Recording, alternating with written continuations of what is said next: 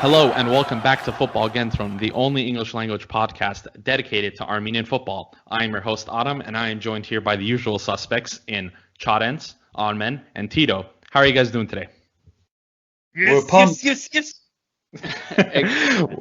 Well, we're recording this a couple of days after Armenia recorded a very historic win over Romania and are now 5 games winning in a row, 8 games undefeated. It's, in a nutshell, it's a very, very crazy time for Armenian football, and we're very excited to be right in the middle of it. But before we get into the match against Romania and get all analytical on you guys, we have some news. Ottoman? Breaking news. So welcome everybody. I'm sure everyone is as excited as we are. But first, breaking news. So yeah, we were talking about Nayat Teknisian and Arsen Zakharian that play for Russia under 21, and they are pretty much starters for Russia in the last week's Euro Cup. Actually, both of them started all 3 games for Russia in the group stage and scored 1 goal each. By the way, very beautiful goals, both of them. If you catch the highlights, I strongly suggest you watch the goals. And they scored, but sadly, actually, they got knocked off from the Euros on group stage because they did win 4-1 against Iceland right on that Sunday that we beat Iceland in the senior level. But after that game, they just lost it and got defeated at 2-0 against France and 3-0 against Denmark. But actually, our boys played great, and that's what matters to us. Up to a point that actually rumors are out and about that Serie A clubs Genoa and Spezia got news of Teknisian mostly, and are after our polyfunctional left back services. Knight Teknisian's contract runs until 2025, basically 4 years from now. So if those 2 teams and anyone else who wants Teknisian actually now shouldn't wait too much, like any further to sign him, because he won't become a free agent anytime soon. So there's no point in waiting. His market value is worth at around 1.5 million euros, which is a lot, especially for a fullback. I'm sure you guys feel the same way. And is even higher. Is even expected to reach 2 million by the end of this season. Having played the under 21 Euros is like a big deal, and it has its impact on value. So speaking about Genoa, they have at least 4 white players, and by white I mean white midfielders / fullbacks. Among them is former Chelsea star Spinazzola, and all 4 of those are actually on loan at Genoa, and they will return to the clubs in August. So Genoa is pretty much looking for young blood to replace those 4 white players as soon as possible, and that's why they need Teknisian. Meanwhile, Spezia, on the other hand, got hit hard by COVID. Who hasn't? Which team hasn't gotten hit hard by COVID by now? And it's Spezia's turn now, and they basically need Teknisian to play defensive mid.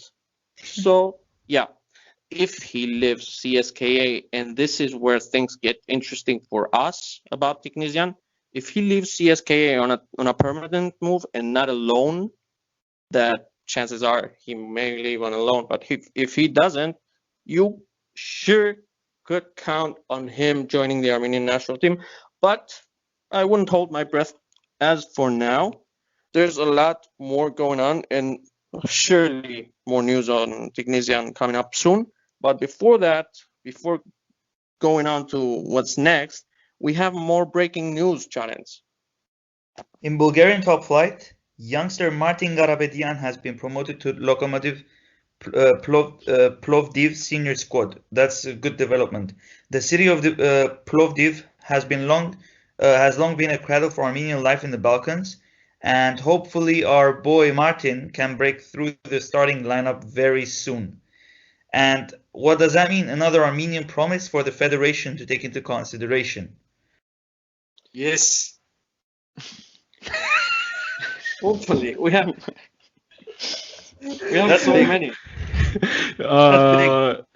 Tito, Everyone's got Armenian some. now. Yeah, moving into Armenia under 21 team.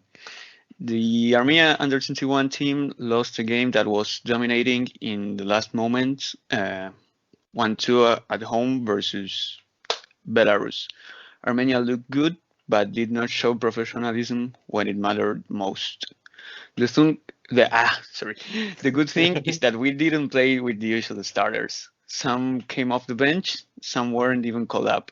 The positive note, French-grown Seroj Titizian's insane free kick and Hungarian Kishvarda defender Abov Avetisian's debut for Armenian youth teams. Sorry.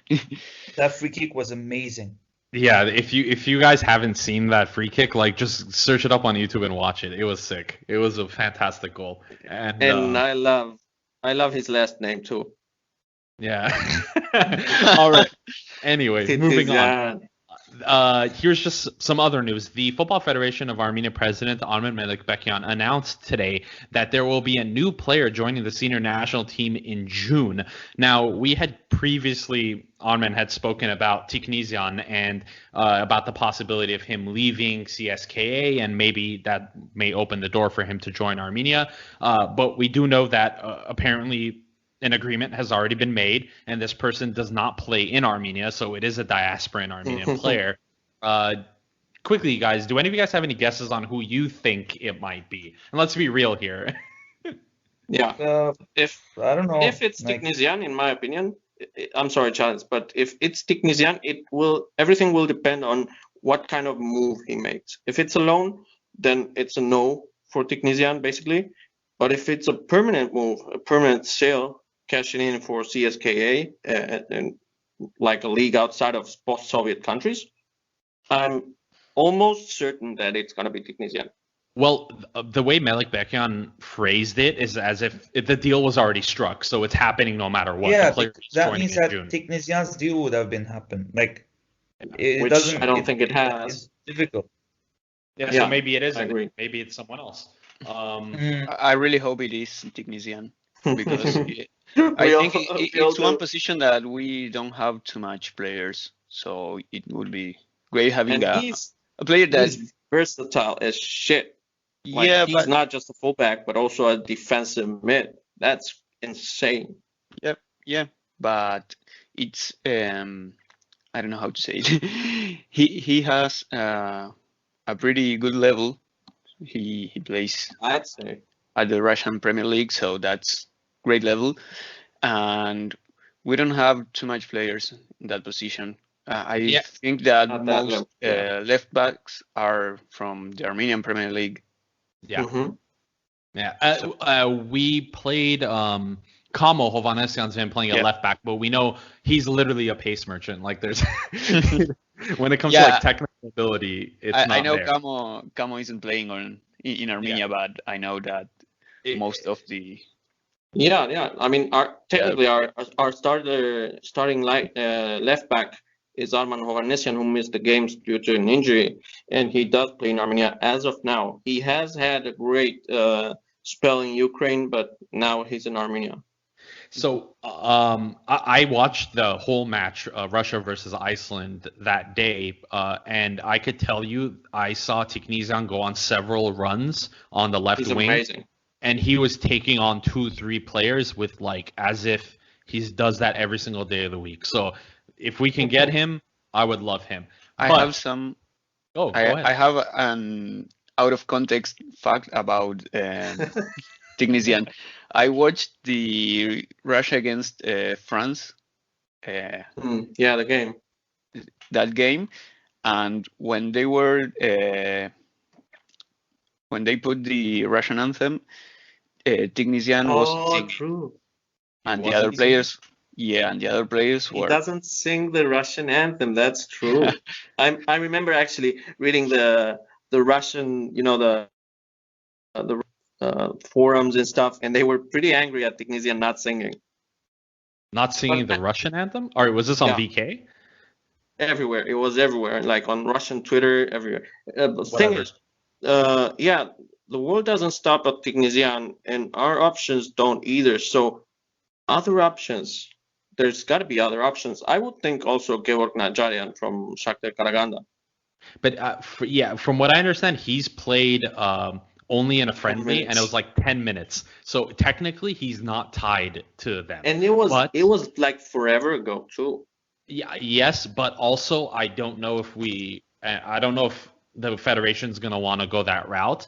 I'm not saying he's not a good enough player, but realistically, we need a out and out like super defensive midfielder because Grigorian is like at this point irreplaceable. We need to find someone. He's actually Udo's partner at Shakhtar, and like 4 years younger than Udo, so it would be amazing. So look, I'm all for it. We'll see. Normally, when the Football Federation announces like this, it's a bigger player. Yeah, it's a bigger player. I imagine Melik Bekian thinking now it's going to be a surprise. Joaquim Bogosian. Joaquim Bogosian. No. By It's the way, gonna be retired. I know. Just retired. Yeah. Mauro, bring back Mauro. Re-announce. He plays in Peru, right? I heard he's balling out. Yeah, but he's playing in a low-level team. His moment is gone. Well, yeah, of course. All right. Well, moving on to current players, we have a few transfer rumors. This one is the most recent that came out today. Apparently, Sevilla, the former team of our current manager, Joaquin Caparros, where he not only managed but was also the sporting director, is reportedly interested in the services of 19-year-old Giray Sharoyan, who made his debut for the Armenian National Team against Iceland and then came off the bench at halftime against Romania. Now, a disclaimer, we are yet to find a non-Armenian source to this rumor. However, we can see the likeliness of this because of the aforementioned connection that the Federation has, but we'll keep more tabs on it. Additionally, Varjan Hovhannisyan, this isn't a rumor, but more of a confirmation, has signed for Rayo Vallecano, and he will be playing for Rayo's B team. Rayo currently plays in the second division of La Liga, and we're hoping that Varjan can break into the first team and maybe, hopefully, be a long-term good goalkeeping option. We'll see. We'll see what happens. I hope so.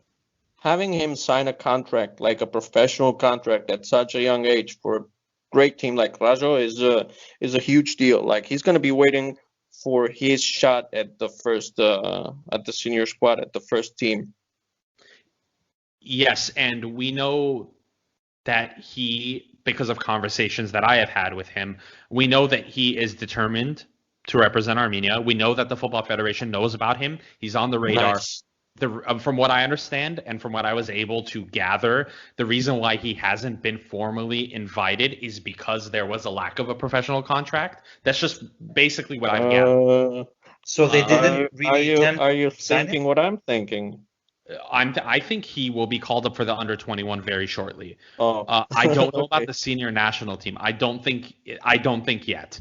But I think maybe get a few runs in with the under-21 team, and very likely we could see him in the senior squad if he does break into the first team at Rayo within the next 2 years. I 100% can see him being our long-term goalkeeping option. Any thoughts? Personally, I want like young center backs and young goalkeepers to start developing. That's personally what I want to see. We have Abo Vavetisyan, who just played for the under-21, so we're hoping he can become something. And of course, if we do get Tiknisian, that's a left back. So we're talking left back, center back, goalkeeper. Gail Antonian gets back to Liga and he joins. That's my player. What's the situation? Okay, so from what I understand, he's currently playing in the fourth division in France. He doesn't want to play in Armenia. He quit football for like a year to pursue music. So I don't know, man. All I know, That's the most bizarre news I've heard in a while. all I know is that for once we had a young defender that was starting every game, and we were like, "Oh my God, finally!" And then it just literally all went downhill after the managerial change at Marseille. Anyway, moving on. So let's talk Armenia versus Romania. Now, Let's talk business. This match not only is historical because of its result, but it also places Armenia at the top of Group J of the FIFA World Cup Qualifiers because of other results in the group. But I still cannot grasp that. Oh my God. I know, yeah, we'll get into that one shortly. But this is also for us signaling a sort of change in the mentality. And if you know Armenians, changing our mentality or the way we think in general is like near impossible. Joaquin Kaparos, we can't like express enough how important Joaquin Kaparos has been to the Armenian national team and how much of a positive effect he's had on Armenia. And we'll get into some stuff that he had said a little bit later after the match, but that's just something we want to preface this because an interesting quote that we got in the pre-match press conference from Tigran Barsegan kind of summed up that mentality. Armen, what did Tico say and what was he asked? Well, basically, like he went straight ahead in a much Tico style, something that most of us love about him. He actually said he was asked what is different with Kaparos. Why is Armenia playing different? Why is Armenia actually winning? And he was like all well, with the new coach came a new mentality, and we are pretty much confident on ourselves now. That's how simple it is. And of course, it's much easier said than done, but Kaparos got it done. And that's actually not the only thing that Tico said, you know? Yeah, so Tico was also asked whether or not he knew that Armenia still hadn't beaten Romania in their previous visits. And with like the most like straight face I've ever seen, he literally just responded, "You guys said we hadn't beaten Iceland until Sunday either." So it was just like, okay, like what do you mean? And that's the type of confidence that we're saying has been missing. We're not saying Armenians aren't confident people, but we do have a lot of false confidence. But I guess now we're frail. We're like fragile, easy to break mentally. In a sense. So, but we move on. It's match day. The full 23-man squad gets released. We see Eduard Spersian finally makes the bench. Woohoo! Yes. We were very excited about that. Hype. Yeah, Gevorg Lazaryan and Aman Hovhannisyan weren't physically fit for the match as we had anticipated, so they were left out of the 23-man squad. And our lineup was pretty much how we had anticipated, or how I anticipated at least, because I'm telling you guys, we're not playing the 4-2-3-1 anymore. Yeah, we're playing 4-4-2, right? Like, yeah.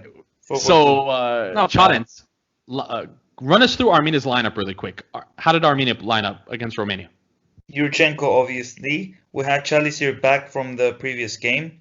We had Haroyan, the captain, leading the back line, with on the right Hovhannes Ampartsumyan, and on the left Kamovanisyan. This game, Baremyan started on the left mid. In the center, we had Muradian and Grigorian, and of course our main MVP, Barserian, on the right wing. And the two strikers we had were Briasco Balekian and Karabedyan. Thank you, Chadens. Now, slightly surprising, but not also slightly surprising, Karabedyan gets a start, despite we know he hasn't been in the best form. But if you really think about it, none of our strikers have been in good form for a while, so it doesn't really matter. But more importantly, and maybe equally as importantly, I should say, Tito, how did the Romanians line up? They went with a 4-2-3-1. At goalkeeper, it was Nita. Then the defenders were Mogos, Chirichesh, I love that name. Toshka, and Banku. On center midfield, there were Stanchu and Marin. Then Man.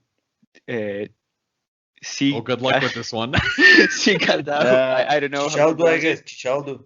Chichaldo, But yeah. that, the one who scored 2 goals. Yeah. Maxim and Pushkash as the only striker.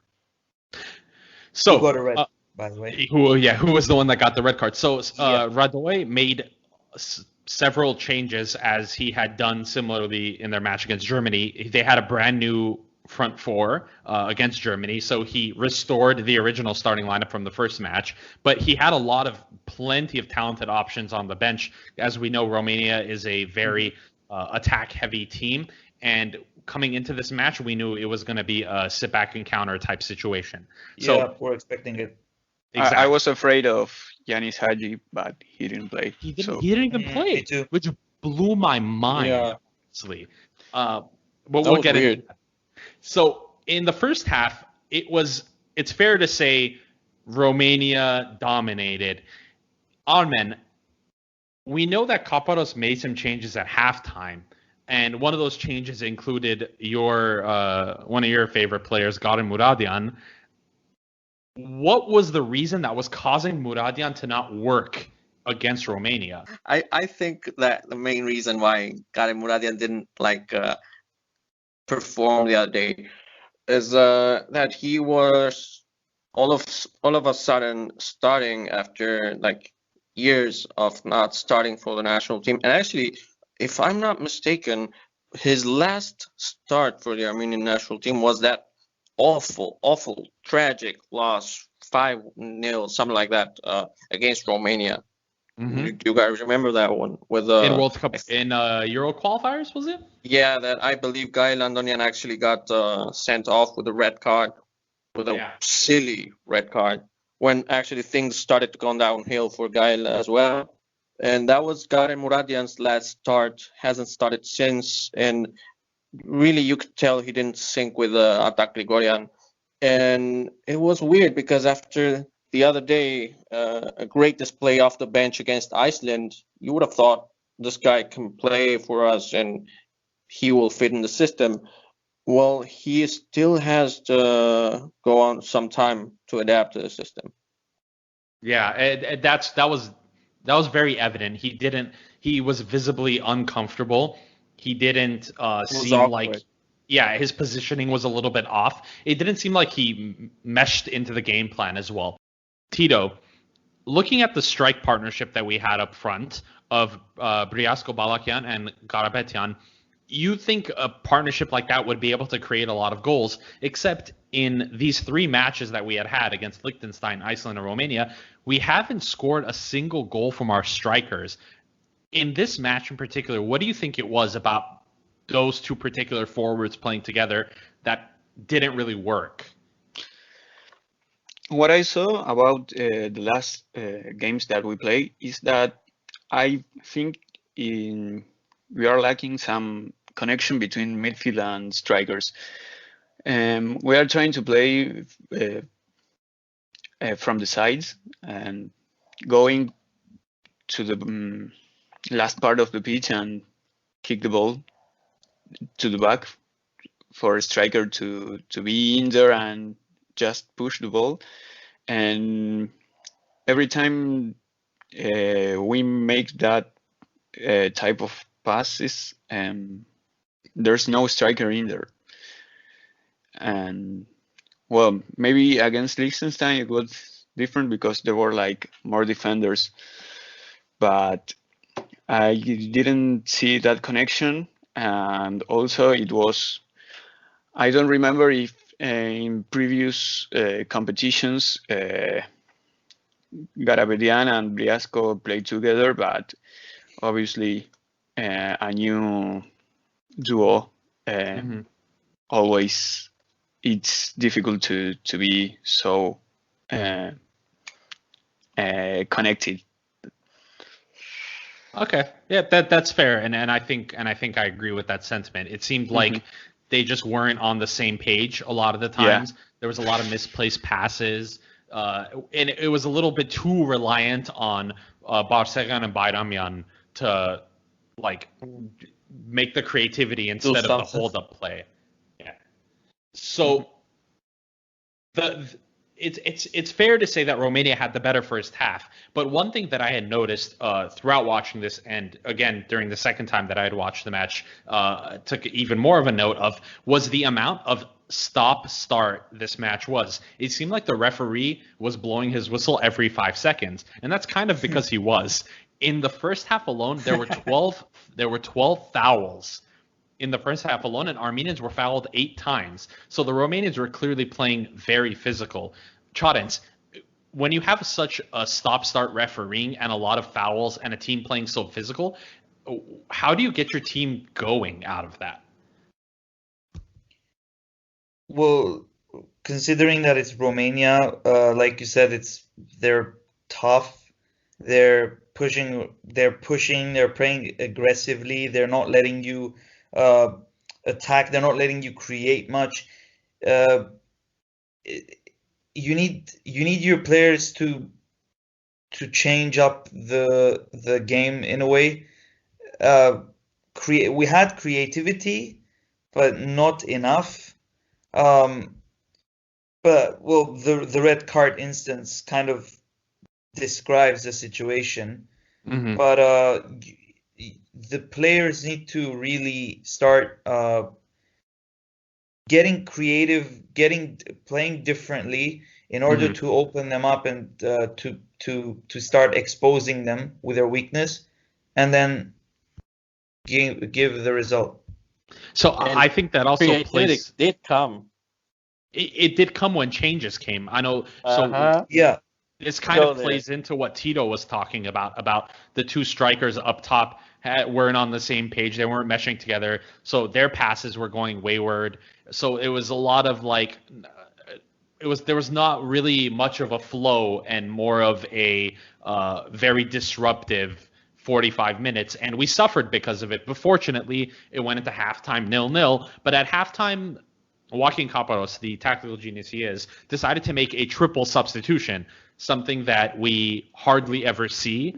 One, because that was the maximum amount of substitutions up until last year. And two, we were actually pleasantly surprised by the personnel he brought on. So he took off Garin Muradian and brought in Eduard Spertian for his debut. He subbed off both strikers, Karapetyan and Briasco Balakian, for Adamian and Shahoyan. And it's safe to say that made a humongous difference, right, Armen? Oh, I would say so. That's when things got exciting. Jesus. I mean, we were talking about how Armenia was lacking creativity on the first half, right? Well, guess what? After halftime, Armenia did get creative. Get creative. Thank you. And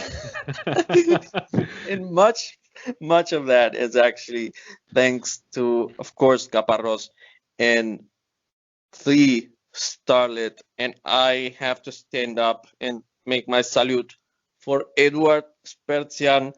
We have been talking about him for so long now. And man, what it's good to know that we're not crazy, right? Like we talk about some of these players. And it's really nice to see some sort of like affirmation of all of that in front of our eyes. Bro, 10 minutes it took for Spertian to score his first goal for the Armenian national team. I'm not sure if it's him or Eric Partanyan, the shortest goal for the from their debut. The fastest goal, if you're saying their own fastest goal. I think Eric Vardan scored within like 5 or 6 minutes of coming on, if I remember. Insane. It was that long range shot, right? Yeah, but that was like a friendly that was already on in the bag. This was nothing like that. Wow. Yeah. So we talk about Eduard Sebastian's ball playing and dribbling abilities, and this is something that he displayed beautifully in this match. He just picked up the ball in the midfield, and he just drove straight through it. And He controlled the game. And no Romanian player even put any sort of pressure on him, surprisingly. And he did exactly what he does for Krasnodar, which is literally get to the edge of the box and just shoot. And it got 1-2 deflections and then off the goalkeeper's gloves, and it went in. And next thing we knew, Armenia were up 1-0. But the audacity on this kid. I know, but it was, unfortunately, it was short-lived.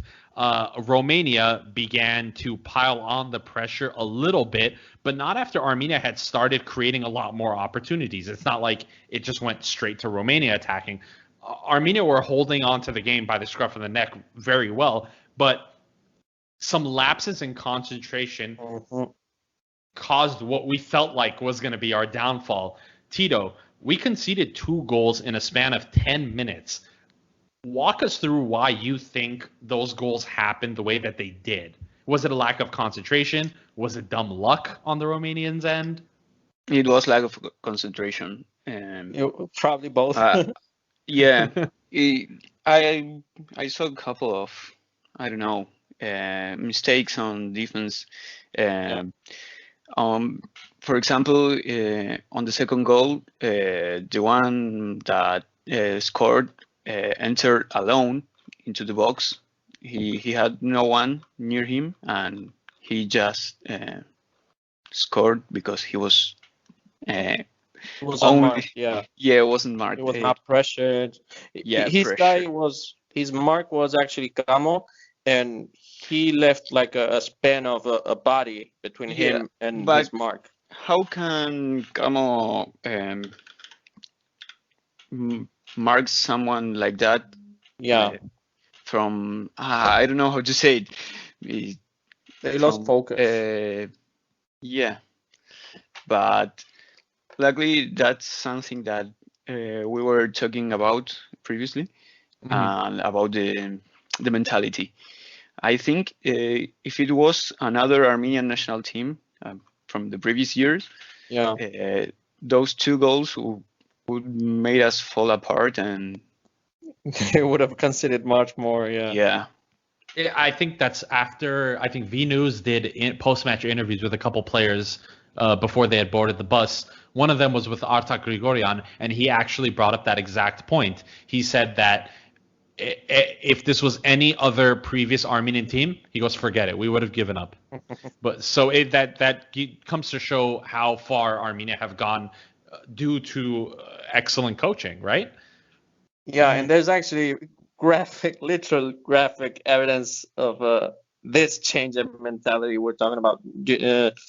Before even going to what happened next, there's a picture of Caparros, a video, part of the video of him after we're back on track after Haroyan's equalizer, and he goes wait, let's keep it together, don't celebrate like it's over yet, come back, we can even win this. And it's safe to say we were, at least all of us here at Football Kentron, were on the same page. I was literally thinking to myself, all right, let's get another one. We're dominating them. Because we also had the man advantage at that point. But exactly. Just shifting the focus back to the defense, Chorens, Armenia has been surprisingly doing very well defensively. Up until Romania's first goal, Armenia hadn't conceded a goal in over 300 minutes, which for Armenia is a very big accomplishment. What do you think? What do you think contributed to conceding 2 goals in one match? Something that we haven't done since the first game against Macedonia. It was the. I mean, to be honest, we were going to concede at some point. Let's be honest, we're kind of expecting it. So it was gonna happen either way. But the way I saw it personally, that it wasn't exactly communication, but it was more of a structural problem. because both goals were very similar the way we conceded. We hadn't really conceded since Georgia, against Georgia in the Nations League, which was a pre-final game. And we won with a score of 1-2 away. So we conceded in this game we conceded 10 minutes difference between each other, and they came both from the same wings. So it started from Hovo's side on the right, and the pass was almost identical. It was from a different position on the field, but it was very identical the way it arrived to the player. And there was the cross, the way the cross went. There was a lot of there were many players in the box. It was really cluttered up. So I presume that it wasn't specifically miscommunication, but like I said before, structural problem. So there is always room for development, of course. It's going to take some time. Slowly we'll get there, I think. Yeah, and the second goal was a free header at the back post, somewhere that I believe Kamo Hovhannisyan was supposed to have covered at the time, but for one reason or another, he didn't notice that the player was coming in behind him, making that diagonal run, and they just got a free head at goal. And of course, if that happens, 9 out of 10 times you're going to concede. So we know that this isn't something that we should necessarily freak out about, because like you said, we were going to concede a goal at some point. It's just a matter of time. But we know that Kaparos has, and he said again in the pre-match press conference, that he would rather keep a clean sheet than be able to score a goal. So it's going to come back to maybe it was the third match, the players were tired. There's could be a lot of factors that played into it. Anyway, the first one also took some deflection as well.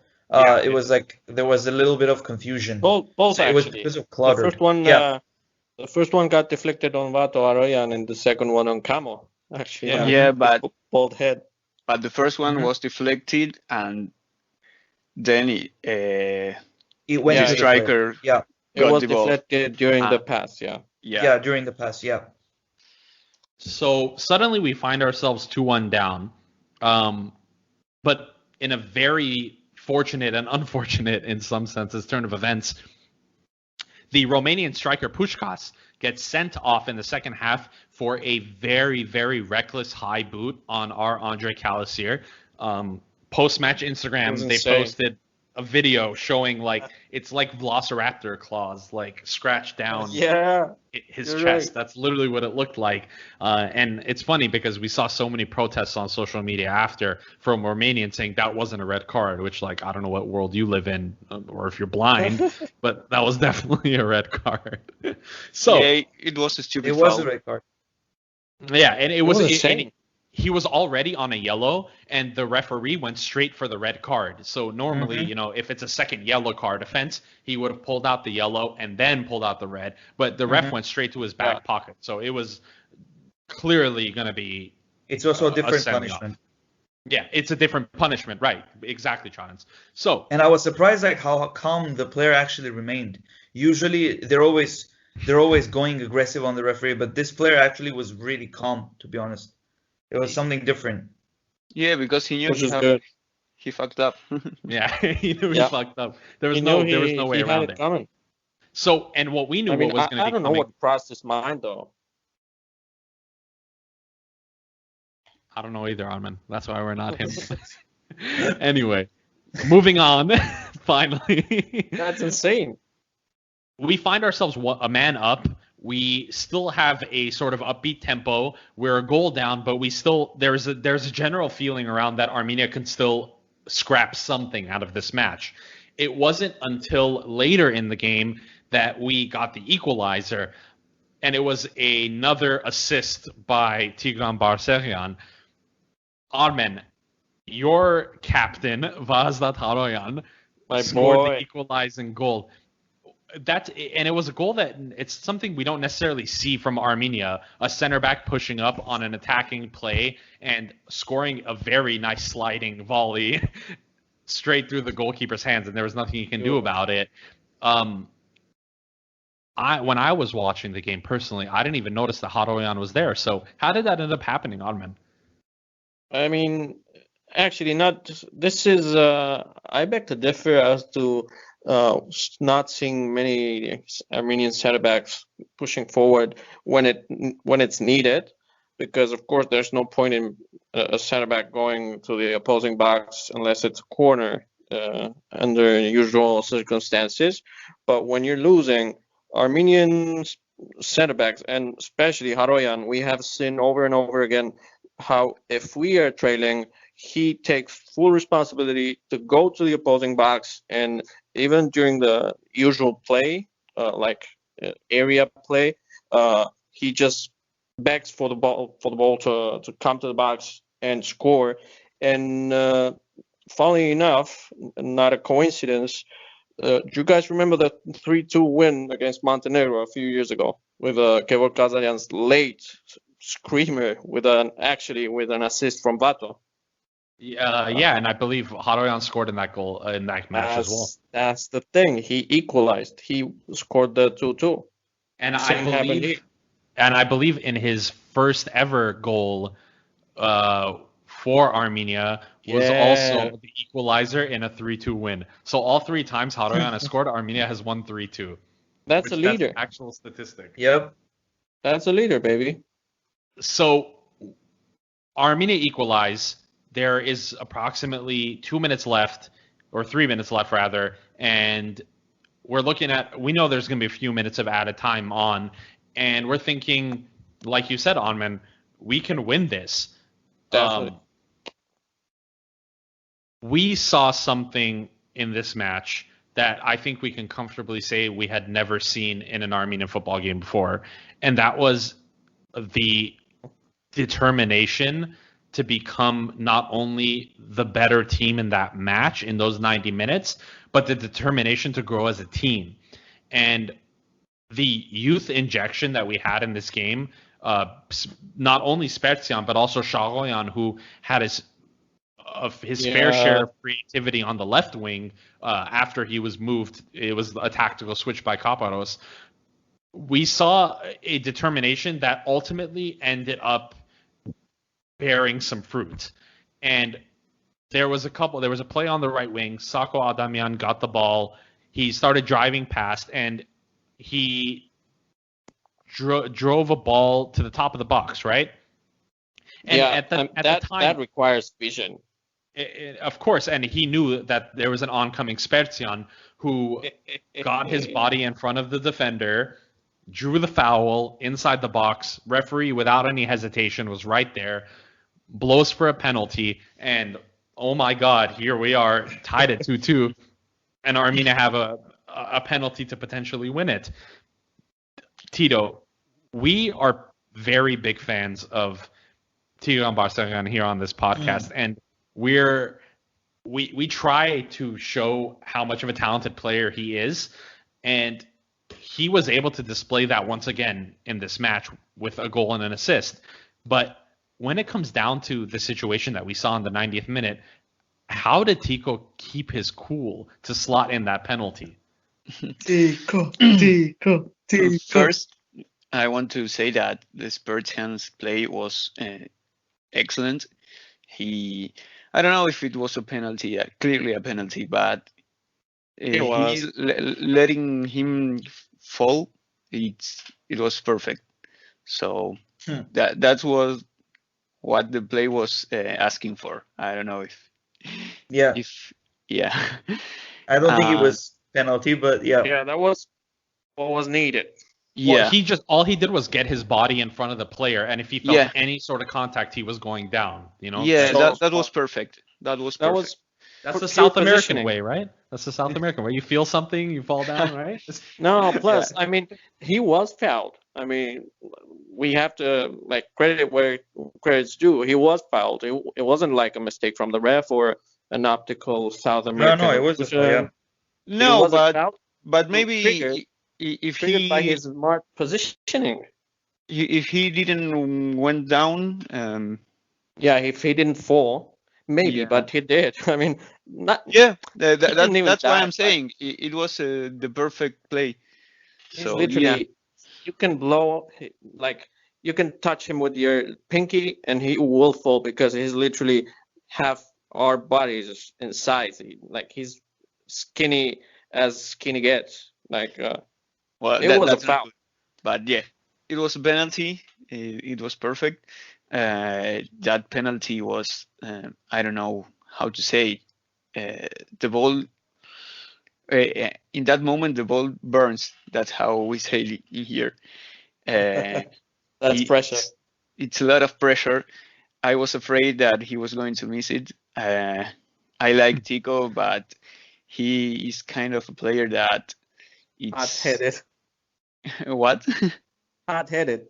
Hot-headed. Yeah, yeah, and yeah, I don't know how he did it because he also the run that he did, it was kind of slowly paced. It was a walk, bro. It wasn't even a run. Yeah. He literally just walked up to Beautiful. it. Yeah, that's crazy. If you do that, you're a crazy person. But Which he is. yeah, of Which course. he is.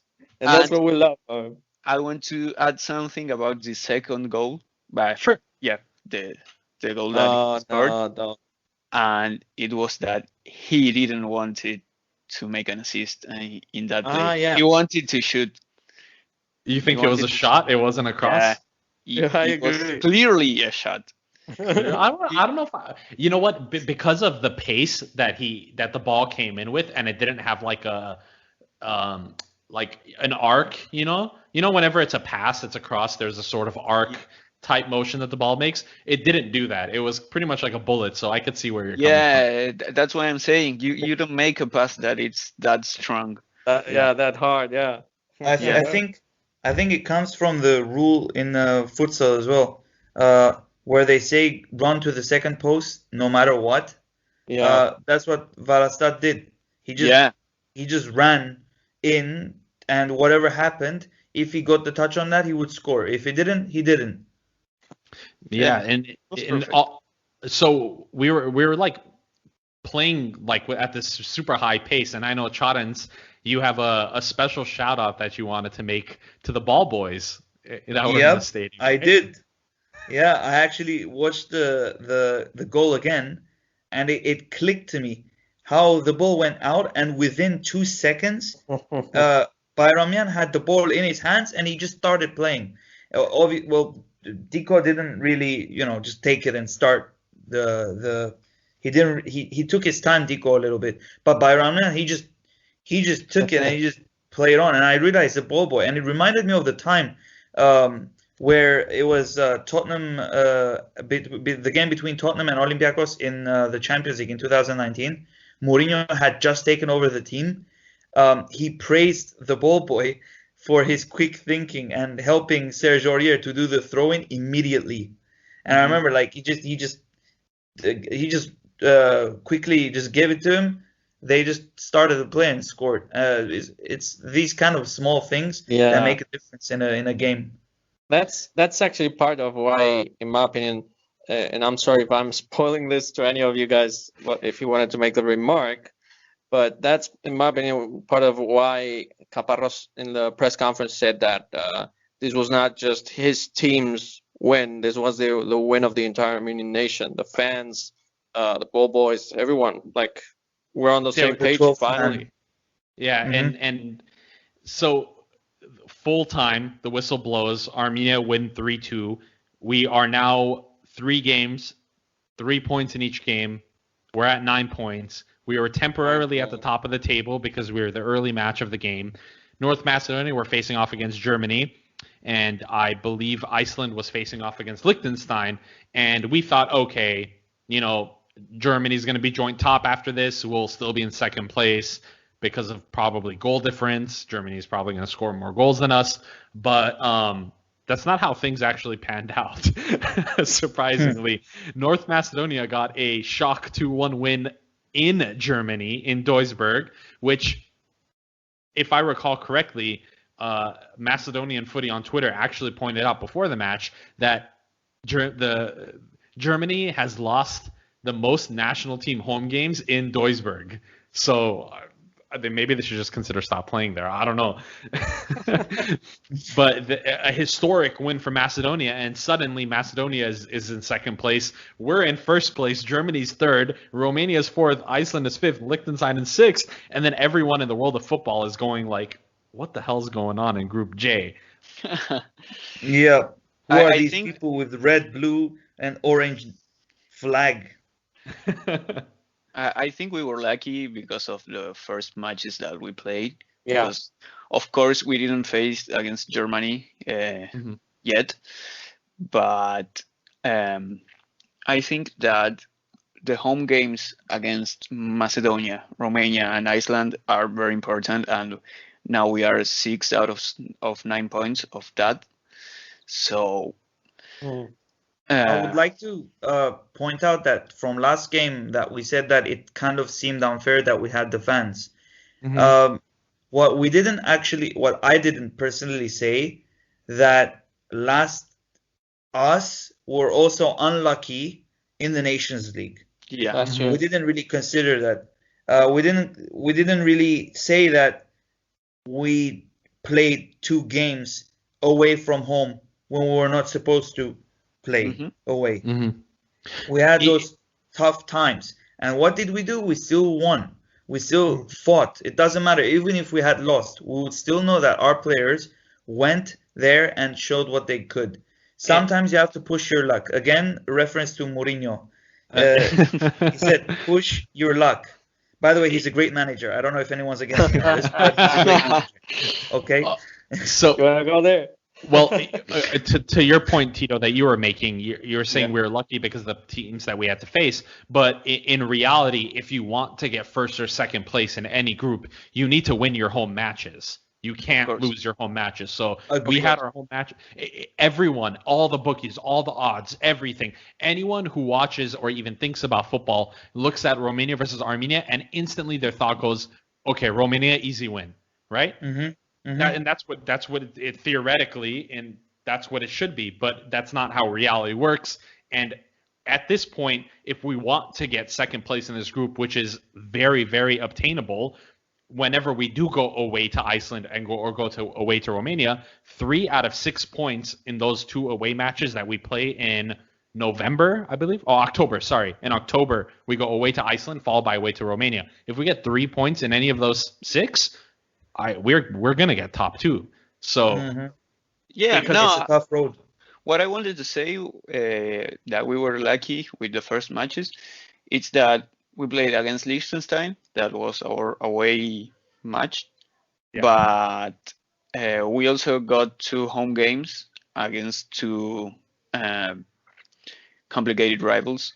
So that's what I'm saying, because if we had our first game in Macedonia, for example, and the second game was against Germany at home, maybe we have 3-4 points now, and that's why I am saying, because everybody now is talking about Armenia because it's crazy that we are at the top of the group, but that's what I'm saying. But look at it this way. Like, we used the advantage. We used it well. Yeah. We could have not No, used of course, I'm not saying that we play bad or anything like that. I'm saying that we got lucky just because everybody right now is saying, oh, what the fuck is going on in Group J? Why is Armenia on first place and Germany on third place? Well, we have a great team. Everybody's seeing this now, but we also got lucky about those games. Yeah. And like we have to be aware. We have to be self-aware. And in a good way, though. Well, like, when the groups got released, Admin and I on this podcast, we had a conversation about the calendar and how and when we were playing who. And I remember us coming to a general consensus that we actually really liked the way the games were laid out, because we said if we win our first 3 games, And then our next 3 games, we're away to Macedonia, home to Germany, and then away to Germany, and then home to Liechtenstein. If we get 6 out of 9 points there, which is what we're anticipating, right? We win against Macedonia, win against Liechtenstein, lose to Germany, right? That's generally what we think is going to happen. Lose to Germany with good individual displays that may showcase some Armenian talent, maybe. But that's not even the point. My point is that if that does happen, we'll be at 15 points, and we'll still be first or second place. That's not going to be taken away from us. So yeah, but it is a good thing that the next match that we are going to play, it's against Macedonia in Macedonia. That I believe that we haven't won there, never. We haven't won anywhere against anyone apparently. But what I'm saying is that this team has confidence now, and they are going with another mentality. To face this game. I wanted to say that Germany hasn't lost any away game in the World Cup qualifiers, but he lost 3 games at home. Mm-hmm. So it's not that difficult. Of course, it's Germany, and of course, we have like a very little percentage of winning. Mm-hmm. But it's there. I would take a draw. Guys. I wouldn't. What do you think? Of course. So sum it up, unfortunately, football is a beautiful game. Anything can happen. Exactly. But one thing that definitely did happen in this match, and I think is the biggest negative takeaway that we can take, is that Tigran Barseyan, Bayramyan, and I believe Haroyan are all suspended for the game against Macedonia. So there's going to be some gaps that we're going to have to fill. Fortunately, we do have very good young talent. We have a guy that we haven't even mentioned. We're into this episode yet, Henrik Mkhitaryan, who's supposed to come back into this team, and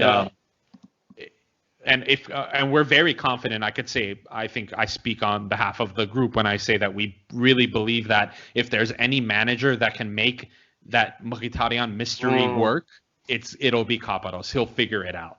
But despite not having Barseyan and Bayramyan, we still have Mkhitaryan, we still have Adamyan, we still have Spertian, we have Korian that didn't come. Korian that didn't come. We have Bichakjan, who literally didn't even play a minute. My boy didn't play. So we can still. I'm very confident in our ability to go away to Macedonia and win. Adam, another thing I remembered. I was actually talking about this to Tito last night. By the next window, not just all those players you just mentioned for the attack, we're also going to have an Edgar Babayan that's going to be playing in Paphos in Cyprus at a better level than he is now. Like, we're going to have an actually useful Edgar Babayan again. Exactly. So yes, we're going to have 3 players suspended, which is definitely going to suck because it's an away game to Macedonia. Especially I think he is definitely the biggest loss. But I think with the personnel that we have, yes, Tigran Barseyan has easily been our best player, but boo-hoo, Henrik Mkhitaryan's coming in his place. Like, you get what I'm saying?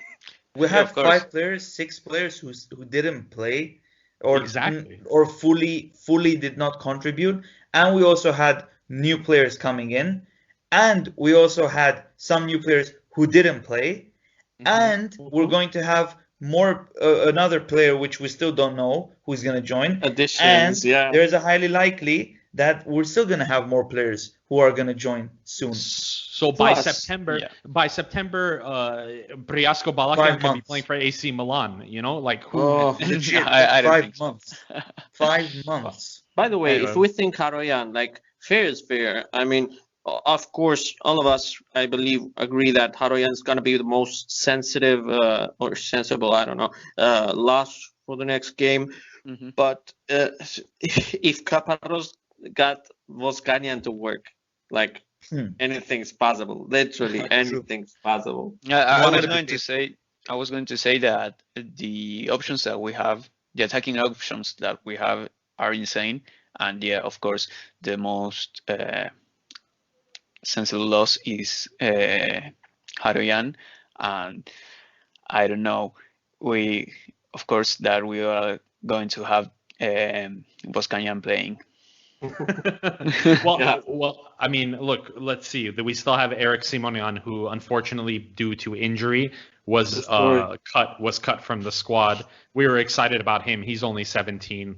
We have Ishkanyan. We have Ishkanyan. Don't ever mention Artur Danielan to me ever again, Armen, until he does something relevant. Man, hope he does. We have people. So Armenia end the first set of World Cup qualifying matches with 3 wins, 0 draws, and 0 losses.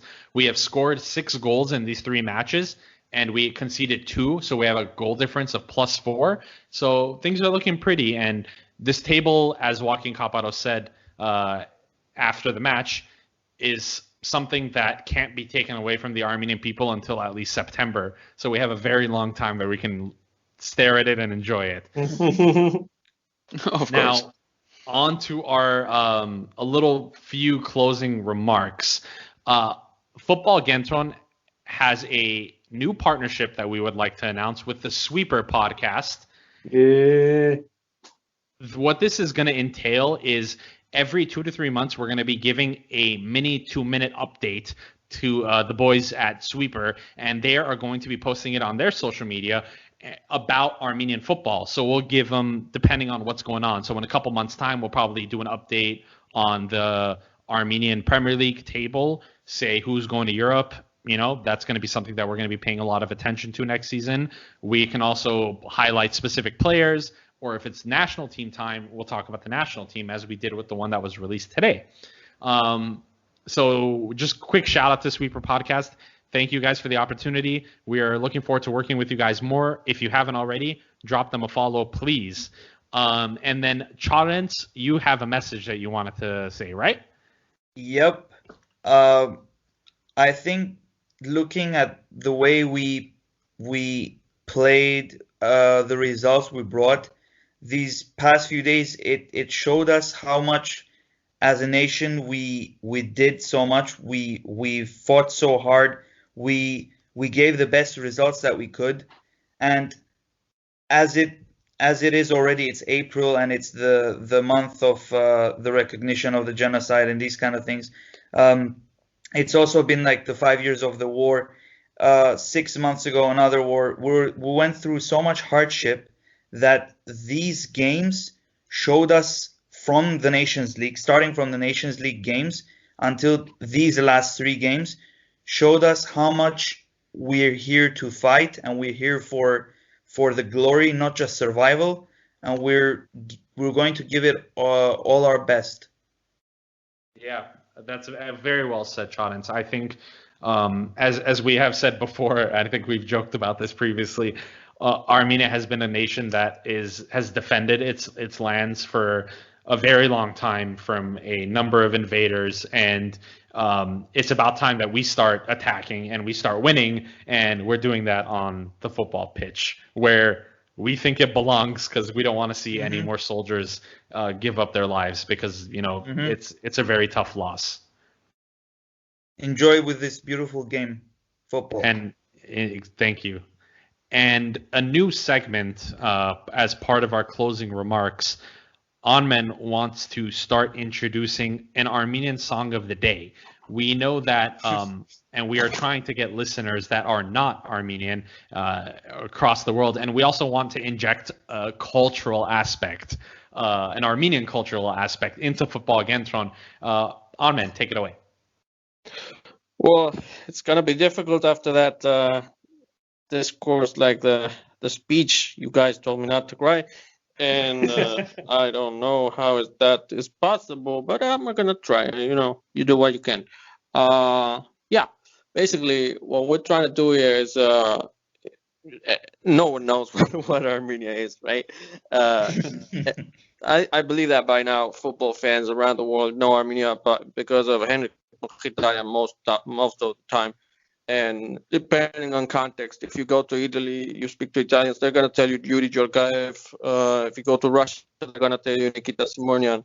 And that's about it. And yeah, if not one of the best links to connect people, in my opinion, is music. So why not, Armenian song of the day, and really, really, really appropriate for today is gonna be Yerakuin by Razmik Amyan. That basically means tricolor, and reference, of course, to our flag.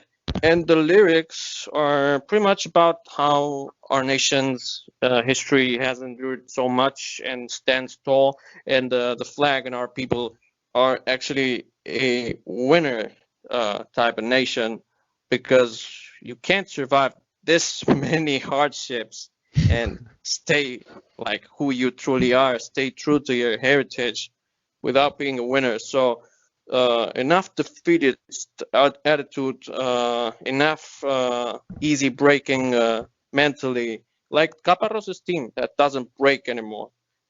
We need that. We need unity. We need composure, what Caparros highlighted. And yeah, we just need to be our best self. So whenever Aram thinks it fit, I'm awful with tech. Everybody knows I'm awful with tech. So Aram, it's all yours, baby. Well, on that note, thank you guys for joining today. This has been Football Kentron. We will be back in a couple weeks' time for our usual routine, and maybe another episode of Future Stars. I think that could be in the near future. Until then, please stick around and enjoy Yerakuin by Razmik Amyan. I have been Adam on behalf of Charents, Armen, and Tito. Goodbye.